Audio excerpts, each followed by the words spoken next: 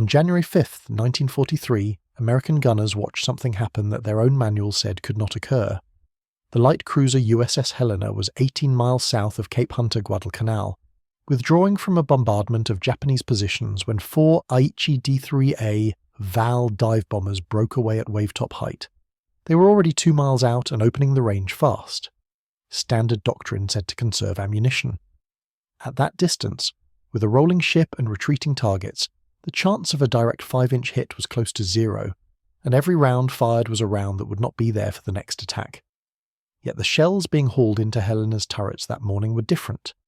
Their noses looked ordinary, stubby 5-inch fuses screwed into 54-pound high explosive rounds, but the brass felt heavier than usual, and men in the magazines joked uneasily about the faint electrical hum they heard when they lifted one to their ear. The crates had come aboard under armed guard, accompanied by Commander William Deke Parsons, a naval ordnance expert on loan from the Office of Scientific Research and Development. He had crossed the continent and the Pacific Ocean to witness exactly this kind of engagement, and now, with the Vals fleeing low over the sea, he finally gave the standing instruction the captain had been warned would come: load the experimental ammunition. For Lieutenant Red Cochran and his fire control team, the geometry still looked hopeless. Since Pearl Harbor, ships across the Pacific had poured time-fused and contact-fused shells into the sky, only to watch them burst thousands of feet above low-flying attackers or streak harmlessly past. Rangefinders and Helena's analog computer dutifully produced a firing solution, but the men who spun the cranks knew how often those numbers translated into deafening noise and no results. If these new rounds behaved like the old ones, the fleeing Vals would simply vanish into the morning haze and return to their base with another story of ineffective American flak. 3 salvos went out in quick succession. White plumes climbed across the sea toward the trailing Val, then 1 shell detonated in empty air, roughly 30 feet off the bomber's tail, with no sign of impact. A dense cloud of steel fragments tore into the aircraft's tail and wing. In seconds the Val rolled, broke apart and slammed into the water. On Helena's decks, eyewitnesses stared at a sky where a shell had exploded without touching anything solid. They did not yet know they had just seen the first combat use of a working proximity fuse, a device other nations had judged unrealistic, and that German engineers would later capture by the tens of thousands, misread and discard. 2 years before Helena's impossible hit, the American Navy had already learned how little conventional anti-aircraft fire could mean when it mattered most. On the morning of December 7, 1941, the battleship USS Oklahoma lay moored at Pearl Harbor with her anti-aircraft guns manned but untested in real war. When Japanese torpedo bombers came in low over the harbor, crews did exactly what doctrine prescribed. 5-inch guns elevated, time fuses were spun to prescribed settings, and shells left the barrels in long disciplined strings. On paper, it should have worked. The settings assumed attackers would arrive at several thousand feet, as exercise manuals and pre-war planning had predicted. In reality, the torpedo bombers came in at roughly 1,500 feet, hugging the water to improve accuracy. Overhead, timed bursts flowered where the targets were not.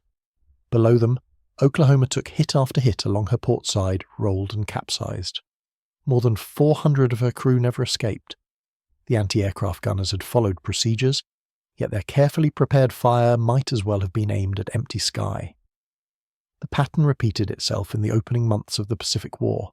At Cavite Naval Yard in the Philippines, a submarine caught in dry dock manned a single 3-inch gun against high-altitude Japanese bombers. Dozens of shells went up on timed settings. None detonated near the formation. When the bombs fell, one penetrated the boat's pressure hull and exploded in the engine room. The vessel was written off where she sat, her deck scattered with empty brass from a defence that had changed nothing. Through 1942, action reports from the Coral Sea, Midway, the Eastern Solomons, and countless smaller engagements told the same story in different words. Aircraft were hit sometimes, but only at the cost of extravagant ammunition expenditure and mostly by chance. Fire control teams estimated range, altitude, and speed. New radar sets, crude and temperamental, added fleeting data. Mechanical computers spat out recommended fuse times. In fast, low, chaotic attacks, small errors in any of those steps multiplied. Shells detonated at the wrong place, at the wrong height, at the wrong moment. For sailors on deck, the difference between theory and reality was measured in how many torpedoes actually reached their ship. Near misses were just sound and smoke.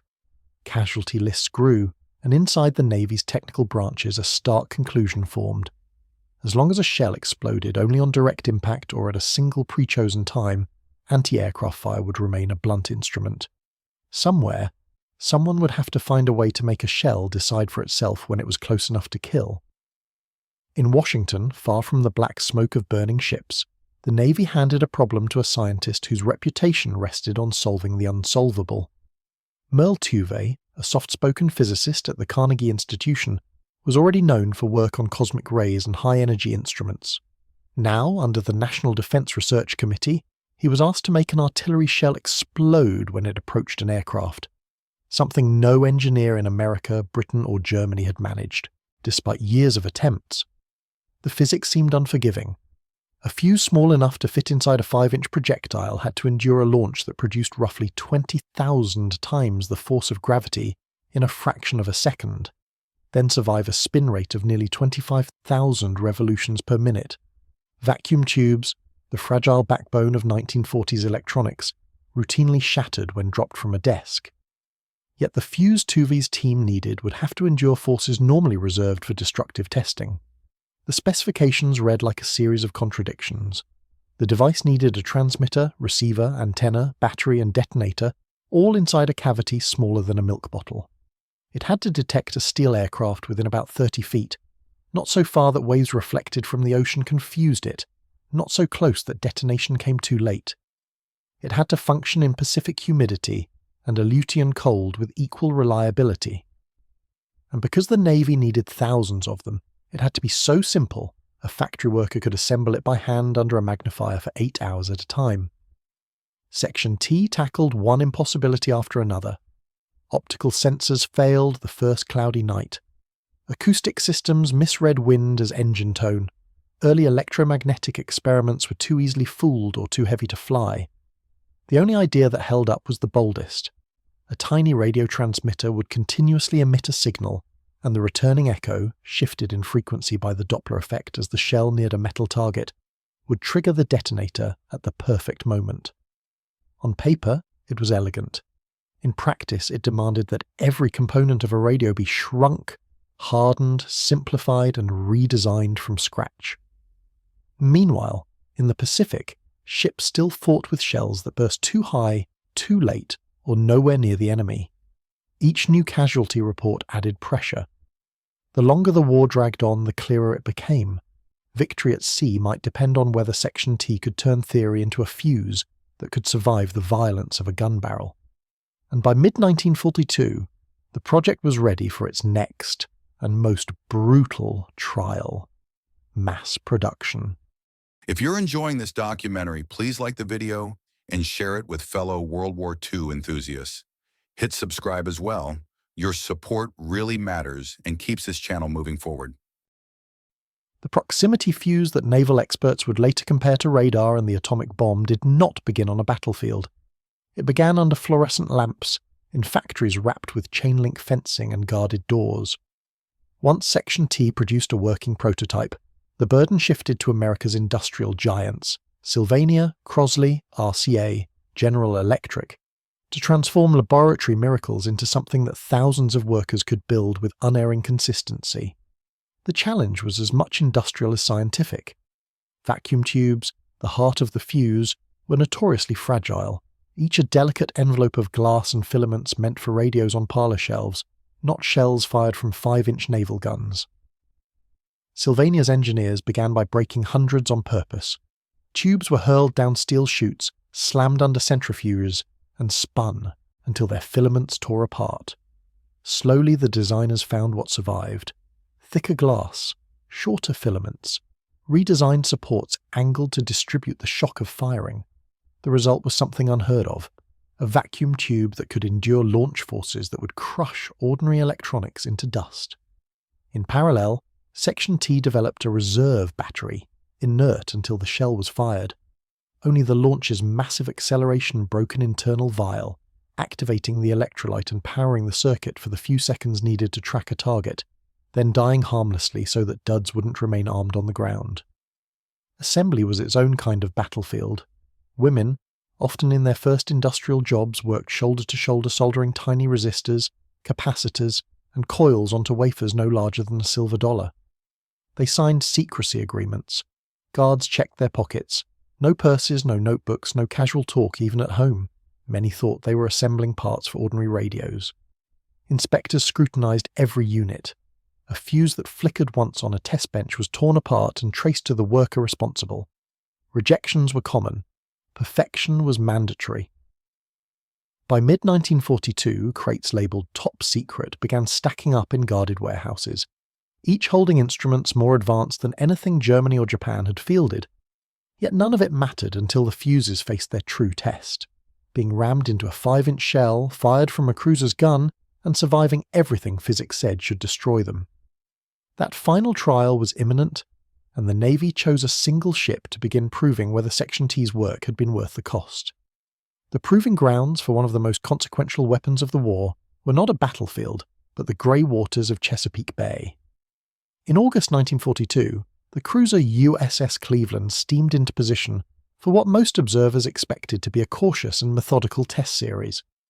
Engineers from the Navy's Bureau of Ordnance stood on deck with clipboards and binoculars, ready to record misfires, duds, and embarrassing failures that could be dissected later in Washington. The crew had heard the rumours, radio shells, VT rounds, devices that supposedly thought for themselves, but few took the claim seriously. Anti-aircraft gunnery had been studied, refined, and practiced for decades. No one believed a fuse could simply correct the geometry that had caused so many misses since Pearl Harbor.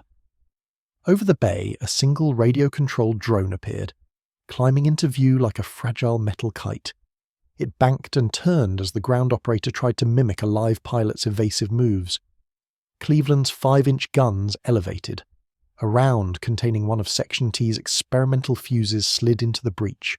The first shot cracked out. Miss. Observers nodded. This was the failure they expected. The second round burst close enough to pepper the drone with fragments, and the third broke it apart entirely. The second drone rose to replace it, only to vanish in a mid-air blossom from the very next shell. The test was scheduled to run for days. Instead, it was effectively over in 90 minutes. 4 shots, 3 kills. The Navy had never seen anything close to that ratio against manoeuvring targets. Traditional timed fuses often required hundreds of rounds to achieve a single hit. Here, the shells were detonating at precisely the right moment, whether the target climbed, dove, or twisted. There was no point in continuing. The observers closed their notebooks, stowed their binoculars, and radioed Washington. The technology worked, not as an incremental improvement, but as a leap forward so dramatic it seemed to violate the experience of every gunner who had fought since December 1941. Production orders accelerated overnight. Thousands of fuses were loaded into guarded crates and dispatched toward the Pacific. USS Helena received 500 rounds, along with instructions so strict they bordered on paranoia. The fuses were never to be fired over land, where an unexploded shell might be recovered by the enemy. Carriers Enterprise and Saratoga quietly stocked them as well. And when Japanese torpedo bombers probed those task forces in early 1943, something extraordinary happened. Shells burst beside aircraft that fire control teams thought they had missed. Planes fell in clusters, and across the fleet, a short sentence spread faster than any official bulletin. These new shells actually hit. By 1944, aviators on both sides sensed that something invisible had altered the mathematics of survival. Over the Pacific, destroyers stationed on radar picket lines, lonely outposts designed to absorb the first shock of kamikaze attacks, began reporting results that defied pre-war doctrine. 5-inch guns that once required perfect timing and lucky geometry now shredded incoming aircraft hundreds of yards from the hull. Shells no longer arced harmlessly overhead, or burst too late to matter. They detonated exactly where they were needed, creating lethal spheres of steel fragments that tore wings, shattered cockpits, and blew engines apart before a pilot could steer his aircraft into the ship's side. On some stations off Okinawa, the transformation was stark.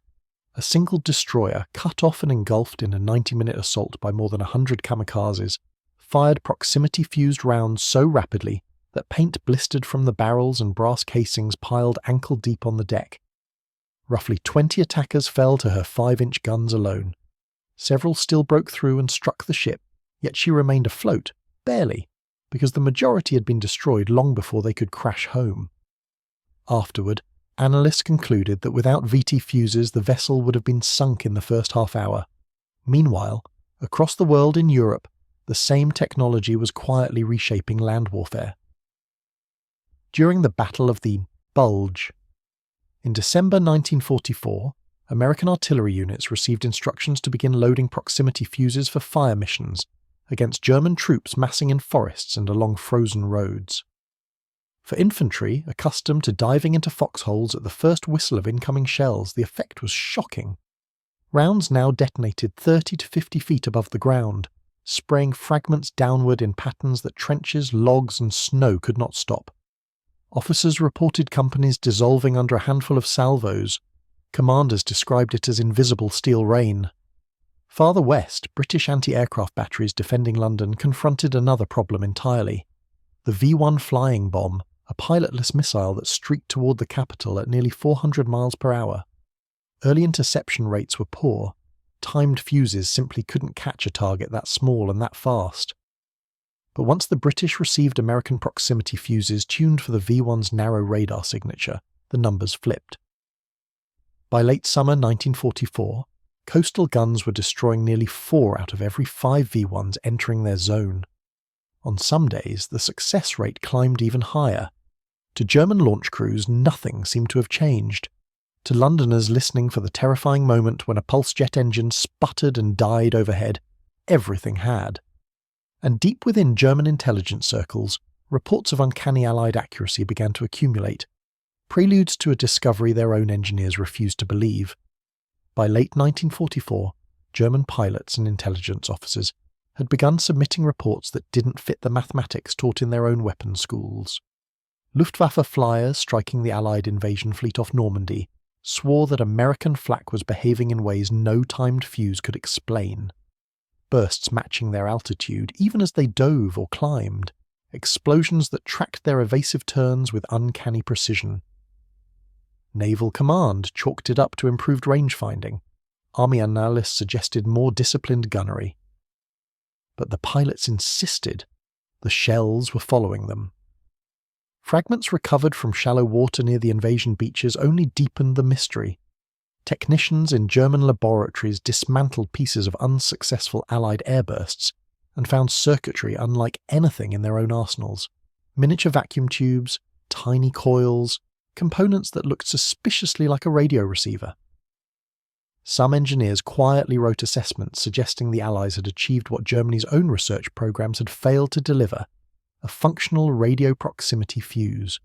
Those reports were handed up the chain. And there, behind the walls of Berlin's procurement offices, the idea simply died. German calculations conducted years earlier on domestic vacuum tube tolerances had established a hard limit. Conventional electronics began to fail around 5,000 G. Artillery launch imposed roughly 20,000. Therefore, a radio fuse for shells was impossible. The logic was airtight. The math was clean, and so every new report was interpreted through that conclusion. If evidence seemed to contradict it, then the evidence, not the assumption, must be flawed. That mindset set the stage for one of the strangest lost opportunities in the history of military technology. During the Battle of the Bulge in December 1944, German forces overran an American ammunition dump near Malmedy. Among the crates of powder and spare parts sat pallets, holding roughly 20,000 proximity fuses complete and untouched. For 72 hours before the front shifted again, German engineers had unrestricted access to the most advanced electronic weapon in the Allied arsenal. They opened the casings, they examined the circuitry, they tested individual components. They correctly identified the internal tubes as part of a radio system. Yet at every step, they interpreted what they saw through the same unyielding belief. These devices could not survive firing. Reports stated the tubes were too fragile, the batteries poorly designed, the antennas inefficient. No one ordered a live fire test. Not a single shell was loaded simply to see what would happen. Instead, the 20,000 fuses were stacked neatly in a warehouse and left there, dismissed as decoys, experimental failures, or deliberate attempts to mislead German intelligence. When Allied troops captured the same facility months later, they found the crates exactly where German logisticians had left them, sealed, untouched, and filled with perfectly functional proximity fuses that Germany had possessed and thrown away at the very moment Allied artillery was tearing holes in its last major offensive. When the war finally ended and classification barriers began to fall, the people who had built the proximity fuse discovered their contribution not through official recognition, but in scattered newspaper diagrams and magazine exposés. Across New Jersey, Ohio, Pennsylvania, and New England, women who had spent years hunched over assembly benches recognized the thumb-sized tubes and tight-packed circuit boards in published cutaway drawings. Many had assumed they were building parts for radios or navigational equipment. Few had imagined their hands had produced millions of devices that guarded convoys across the Pacific, broke up kamikaze waves, intercepted V-1 missiles, and turned European forests into lethal grids of airburst fire. Some learned the truth decades later, during interviews conducted by military historians in the 1980s and 1990s. They recalled long rows of soldering stations, the glare of fluorescent lamps, the constant pressure for accuracy, the searches at the factory gates, the silence they maintained even at home. They remembered being told only that the work mattered. Now they discovered they had helped shift the balance of the air war. Many wept, some simply nodded, proud and bewildered in equal measure. Merle Tuve, who had guided Section T through the maze of impossible engineering problems, returned quietly to academic research at the Carnegie Institution, contributing to early radio astronomy and geophysics. He rarely spoke publicly about the proximity fuse, not out of secrecy but modesty. Commander William Deke Parsons, who had stood on Helena's deck during the fuse's first combat victory, went on to arm the atomic bomb aboard the Enola Gay. After the war, he helped shape the Navy's nuclear weapons program until his death in 1953. German scientists questioned after the surrender offered explanations tinged with resignation. Their materials, they insisted, could not have withstood the forces involved. Their calculations were sound. Their manufacturing base lacked the precision to produce such miniaturized tubes in quantity. All of that may have been true. What they rarely acknowledged was how completely those truths had blinded them. They had held in their hands a working example of the solution, and because it contradicted their assumptions, dismissed it as worthless. The proximity fuse did not vanish when the guns fell silent. Variants of its wartime design migrated into surface-to-air missiles, naval shells, air-to-air weapons, and modern artillery. Many of its specific circuits remained classified for decades. But the most enduring legacy may not lie in the weapons it influenced. It lies instead in the quiet echo of those wartime factories, long rows of empty stools, soldering irons gone dark, magnifiers left cold, where anonymous workers built something they weren't allowed to name, something that saved lives they never saw, and something their enemies once held in abundance without ever realizing what they had. If you've made it this far, you're one of us, searching for the truth behind the headlines and the courage behind the silence. Subscribe to the channel, and let's keep exploring the hidden wars, secret operations, and untold fates that shape the world we live in.